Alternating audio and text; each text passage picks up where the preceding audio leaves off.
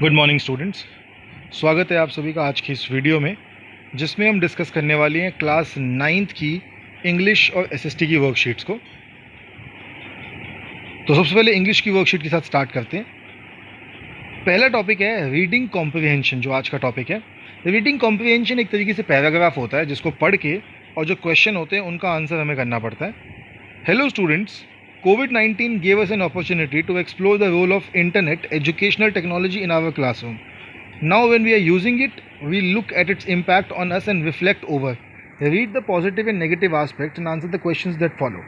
तो वो कह रहा है कि कोविड के आने से एक चीज़ तो हुई, हमें ये समझ में आ गया कि कैसे हम इंटरनेट और इन सब चीज़ों को अपनी रोज़ की पढ़ाई में यूज़ कर सकते हैं। अब हम आज देखेंगे इस वर्कशीट में, इस रीडिंग कॉम्प्रिहेंशन में, कि किस तरीके से इंटरनेट के पॉजिटिव और नेगेटिव दोनों यूजेस हैं। तो सबसे पहले समझते हैं पॉजिटिव यूजेस। पॉजिटिव यूज़ हैं, it is an effective way to learn, it prepares the students to use it in future careers. तो एक लर्न करने का एक इफेक्टिव तरीका है जो आगे करियर होंगे उनके लिए हमें तैयार करता है। स्टूडेंट्स के learn on their own pace and revisit tools. अब इसकी एक खास बात ये होती है कि स्टूडेंट जिस ताकत पर, जिस हिम्मत पर, जिस तरीके से वो लर्न करते हैं उसी तरीके पे कर सकते हैं। जैसे कुछ बच्चे बहुत जल्दी जल्दी लर्न कर लेते हैं, कुछ बच्चों को लर्न करने में टाइम लगता है। तो बच्चे अपनी रेट पे, जिस स्पीड पे वो लर्न करते हैं उस स्पीड पे कर सकते हैं। It provides an access to information on large scale. अब इंटरनेट है तो इंटरनेट पे इतनी सारी इन्फॉर्मेशन इतनी सारी जगहों पे अवेलेबल है। Students can self monitor there progress. अब टेस्ट भी इतने सारे वेबसाइट्स पे अलग अलग टेस्ट अवेलेबल है कि स्टूडेंट अपने खुद नॉलेज को खुद टेस्ट कर सकते हैं। Students can possibly learn from anywhere, यानी कि स्टूडेंट्स चाहें तो कहीं से भी, ऑल ओवर द वर्ल्ड कहीं भी वो बैठे हों तो वहाँ से बैठ के वो पढ़ाई कर सकते हैं।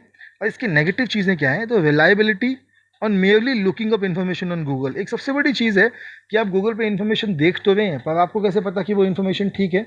तो सबसे अच्छी चीज़ ये होती है कि आपको एक रिलायबल सोर्स पे चेक करना पड़ेगा। जैसे बहुत सारे बच्चे विकीपीडिया पे इन्फॉर्मेशन चेक करते हैं। मैं आपको बता दूं, विकीपीडिया कोई रिलायबल सोर्स नहीं है। स्टूडेंट्स में बिकम इनएफिशिएंट लर्नर्स। इनएफिशिएंट हो सकते हैं, जैसे आप भी बहुत सारी बार जब टेस्ट होते हैं तो चीटिंग करके टेस्ट करते हैं, तो उससे क्या होता है कि हमारी धीरे धीरे हमारी एफिशिएंसी कम हो जाती है।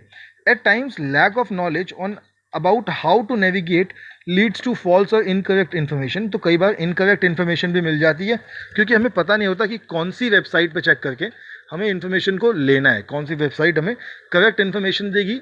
वो वेबसाइट के बारे में हमें पता नहीं होता, जिससे इनकरेक्ट इन्फॉर्मेशन भी हमारे पास आ सकती है। उसके अलावा handwriting practice gets minimised. तो अब आप इंटरनेट यूज़ करके अगर पढ़ाई कर रहे हैं तो उसमें हैंड राइटिंग का तो कोई काम है ही नहीं, तो वो प्रॉब्लम हो जाती है। Uncontrolled and excessive internet usage lead to internet addiction. और अगर आप बहुत ज़्यादा इंटरनेट यूज़ करेंगे तो इंटरनेट का एडिक्शन भी हो सकता है। चलिए आगे बढ़ते हैं और देखते हैं आज के क्वेश्चंस को। तो क्वेश्चंस हैं, सबसे पहला है educational technology prepares students for dash because they get hands on experience and learn different tools. तो पहले का आंसर होगा फ्यूचर करियर्स। एजुकेशन टेक्नोलॉजी बच्चों को किसके लिए तैयार करती है? उनके फ्यूचर करियर्स के लिए, जो वो आगे देखेंगे। तो टिक कर देते हैं future careers. Students can learn at dash pace, at their own pace, अपनी स्पीड पे लर्न कर सकते हैं। Addiction means dependency on anything, किसी भी चीज़ पर। Dash provides access to information on a large scale. तो कहाँ से इन्फॉर्मेशन मिलती है? इंटरनेट से। आप आजकल देखते ही हैं यूट्यूब पे, फेसबुक पे, ट्विटर पे, इन सब जगहों पे आपको इन्फॉर्मेशन मिल सकती है। We can avoid internet addiction by, कैसे इंटरनेट एडिक्शन को हम अवॉइड कर सकते हैं? By setting a time limit, short break, self control. यानी कि इन शॉर्ट ये तीनों ही चीज़ें जो हैं वो बढ़िया हैं, तीनों ही रीज़न है, तो हमने लिख दिया ऑल ऑफ दिस। फिर है educational technology help students learn slash attend classes from anywhere, कहीं से भी अटेंड कर सकता है। Handwriting practice generally gets dash by educational technology, क्या होती है? मिनिमाइज्ड, कम हो जाती है। To navigate on internet does not refer to navigate on internet does not refer to flipping through. Internet पे नेविगेट करना फ्लिपिंग थ्रू का मतलब नहीं होता, उसका मतलब होता है ब्राउजिंग। चलिए आगे बढ़ते हैं। फिर हमारी इंग्लिश की वर्कशीट आज की पूरी हो गई है। अगली वर्कशीट की तरफ बढ़ेंगे। अगली वर्कशीट जो हमारी आज की है वो है सामाजिक विज्ञान यानी एसएसटी की। तो पहले हम हिंदी मीडियम में वर्कशीट देख लेते हैं और फिर इंग्लिश मीडियम में देखेंगे। तो आज हिंदी मीडियम की जो वर्कशीट है इसमें लिखा है इतिहास की समझ। मानव इतिहास मानवता के लिए बहुत महत्वपूर्ण विषय रहा है। इतिहास मात्र यह जानने के लिए नहीं है कि दुनिया में अतीत में क्या हुआ, बल्कि हमारे वर्तमान में जीने और बेहतर भविष्य का निर्माण करने में भी सहायक है। इतिहास में अब तक घटित घटनाएं या उनसे संबंध रखने वाली घटनाओं का कालक्रम अनुसार घटित होने के समय के क्रम के अनुसार वर्णन होता है। दूसरे शब्दों में मानव की विशिष्ट घटनाओं का नाम ही इतिहास है। यानी इतिहास का मतलब है कि कब क्या हुआ, किस समय में क्या हुआ, इस बात को हम इतिहास कहते हैं। इन घटनाओं और ऐतिहासिक तथ्यों को साक्ष्य के आधार पर प्रमाणित किया जाता है। विश्व इतिहास पिछले लगभग 3000 वर्षों के दौरान प्रमुख सभ्यताओं का अध्ययन है। तो जो पूरा हम इतिहास आज पढ़ते हैं वो इतिहास लगभग 3000 सालों का इतिहास है जो लिखित रूप से हमारे पास उपलब्ध है। तो जिसमें हम जान पाए कि अशोक ने क्या किया, हम जान पाए कि चोल कौन थे, हम जान पाए हमारे स्वतंत्रता सेनानी कौन थे। तो ये सभी इतिहास है। लिखित प्रमाणों के मिलने से पूर्व का इतिहास प्रागैतिहासिक काल माना जाता है, मतलब बहुत पुराना काल माना जाता है, जिसे मानव सभ्यता को 4 भागों में बांटा गया। सबसे पहले आदिम पाषाण काल, जिसको हम पत्थर का काल भी कहते हैं, फिर पूर्व पाषाण काल, उत्तर पाषाण काल और धातु काल। तो पत्थर का इस्तेमाल के बाद मनुष्य ने जब धातु को उपयोग करना स्टार्ट किया, मेटल का यूज़ करना स्टार्ट किया, तो उसको नाम दिया गया कि वो पाषाण काल है, वो धातु काल है। प्रागैतिहासिक काल को समझने व जानने के मुख्य स्रोत खुदाई से मिले उस समय के पत्थरों के औजार व हथियार, जीवाश्म मिट्टी के बर्तन, गुफा चित्रों, आवासों के अवशेष, यहाँ तक कि वहाँ मिले कूड़े से भी उस काल के बारे में जानने में मदद मिलती है। तो हमें कैसे पता लगता है कि उस समय क्या हुआ? हम वहाँ के कूड़े को देखते हैं, पत्थर जो हमें मिलते हैं, छोटे छोटे टुकड़े मिलते हैं, तो हम जान पाते हैं कि उस समय किस तरीके का पेंट होता था, किस तरीके के लोग गहने पहनते थे, किस तरीके के बर्तन होते थे, किस तरीके का खाना खाया जाता था। तो इतिहास की चीज़ें हमेशा हमें मिलती रहती हैं। जैसे बहुत सारी ऐतिहासिक चीज़ें हमारे आसपास भी हैं।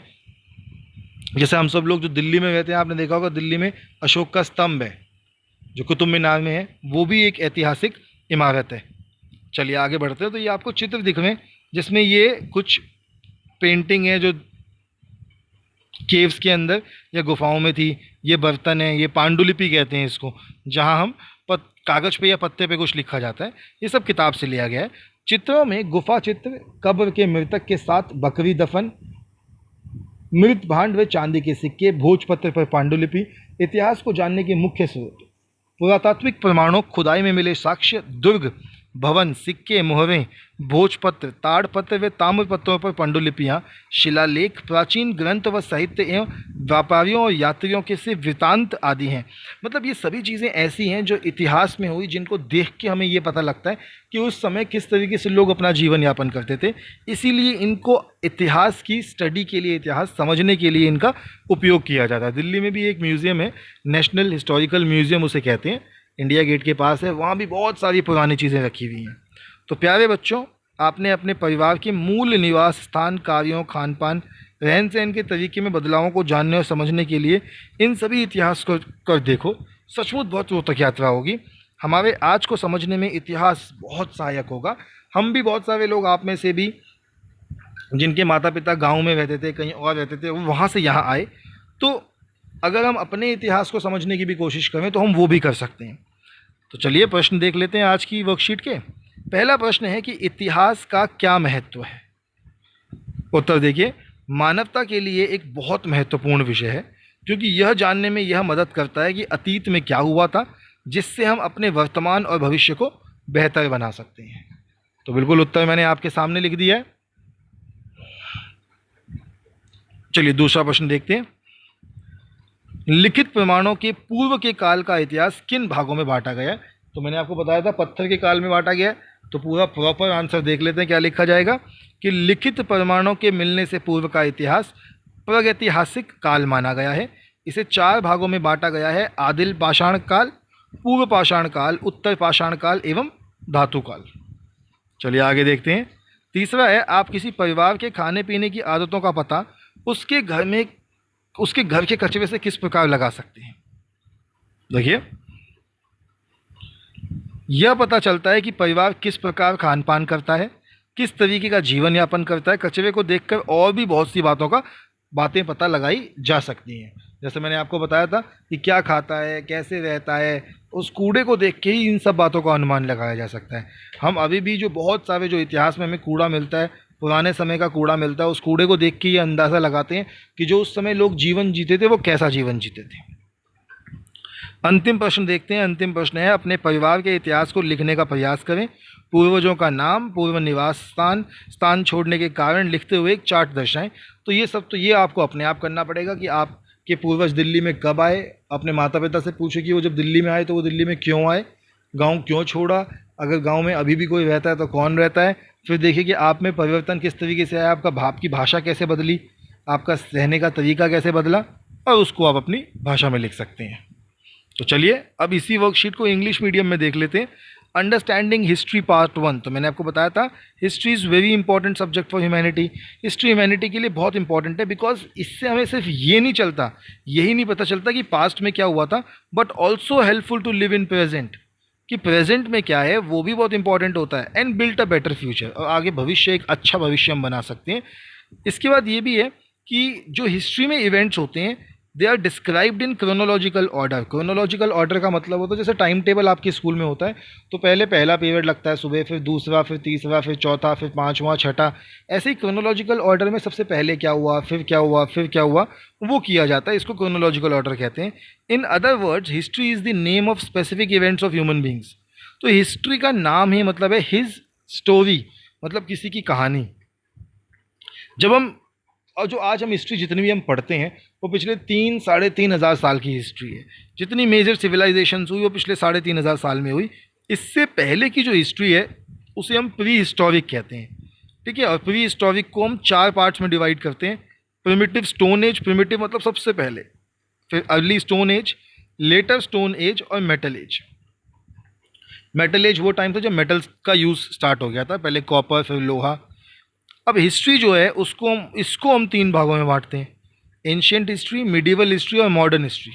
मॉडर्न हिस्ट्री आपने जितनी भी हिस्ट्री पढ़ी हो मॉडर्न हिस्ट्री है, यूरोप के बारे में, इंडिया के बारे में, वास्को दी गामा, कोलंबस, वो सब मॉडर्न हिस्ट्री में आते हैं। The main source of understanding and knowing the prehistoric periods are stone tool, fossil, cave paintings, remains of dwellings, even the garbage helps in knowing that area. तो जो usually जो चीज़ें होती हैं जिनसे हमें पता लगता है कि क्या हुआ उस टाइम पे, वो पेंटिंग्स थी उस टाइम की जो लोगों ने बनाई थी, फॉसिल था, स्टोन के उनके टूल्स थे, पोइट्री थी। जैसे कि आपको अभी सामने दिखेगा ये एक पॉट है, ये पेंटिंग है, ये सारी की सारी हिस्टोरिकल चीज़ें हैं। ये मैन्यूस्क्रिप्ट कहते हैं इनको हम, जो आपको जहाँ पे मैं आपका पॉइंटर कर्सर आपको दिख रहा है मैन्यूस्क्रिप्ट। मैन्यूस्क्रिप्ट क्या होती है, किताबें होती है एक तरीके की पुराने समय की। तो एक एक्टिविटी उन्होंने कही है, dear children just try to find out the changes happened in your family, place of residence, work, food, way of living over the years. Really it is going to be a very interesting journey. Our present can be well understood by travelling through history. तो ये आपको अपने parents से पूछ के और एक story create करनी है कि किस तरीके से आप पहले कहाँ रहते थे, गाँव कहाँ था, वहाँ से छोड़ के क्यों आए तो फिर यहाँ पे कहाँ रहे। पूरा एक हिस्टोरिकल ऑर्डर आपको क्रिएट करना है। आपको इसको करने में बहुत मज़ा आएगा। हम अभी देखते हैं आज की वर्कशीट के क्वेश्चंस। तो पहला क्वेश्चन है, what is the importance of history. तो हिस्ट्री की इंपॉर्टेंस क्या है, very important subject just to know what happened in the past, but also helpful for us to live in present and make a better future. तो इसका फ़ायदा ये होता है कि ये बहुत इंपॉर्टेंट सब्जेक्ट है। इस सिर्फ इसलिए नहीं कि पास्ट के बारे में जान सके, बल्कि इसलिए कि प्रेजेंट के बारे में जानकर और एक अच्छा फ्यूचर क्रिएट कर सके। सेकेंड क्वेश्चन देखिए, in which parts the period before the written evidence are found in history divided into. जब लिखा नहीं था, बिना रिटन पार्ट से पहले की हिस्ट्री क्या है, तो बताया था the history before the written evidence is considered to be prehistoric, in which human civilisation is divided into 4 parts, primitive stone age, early stone age, later stone age and metal age. तो ये 4 parts में हम divide करते हैं human history को। लिखी हुई history है उससे पहले वाले पार्ट को। फिर है, how can you find out about food and eating habits of the family from their garbage. तो आप फूड और ईटिंग हैबिट्स के बारे में क्या पता लगा सकते हो गार्बेज को देख के। तो हम लिखते हैं that garbage can tell us many things about the family, place, what type of food do the family eat, what type of clothes do they wear, what type of living style do they follow, all can be understood by looking at the garbage. तो garbage यानी कि कूड़े को देख के आप एक family के बारे में सारी इन्फॉर्मेशन क्लियर कर सकते हो।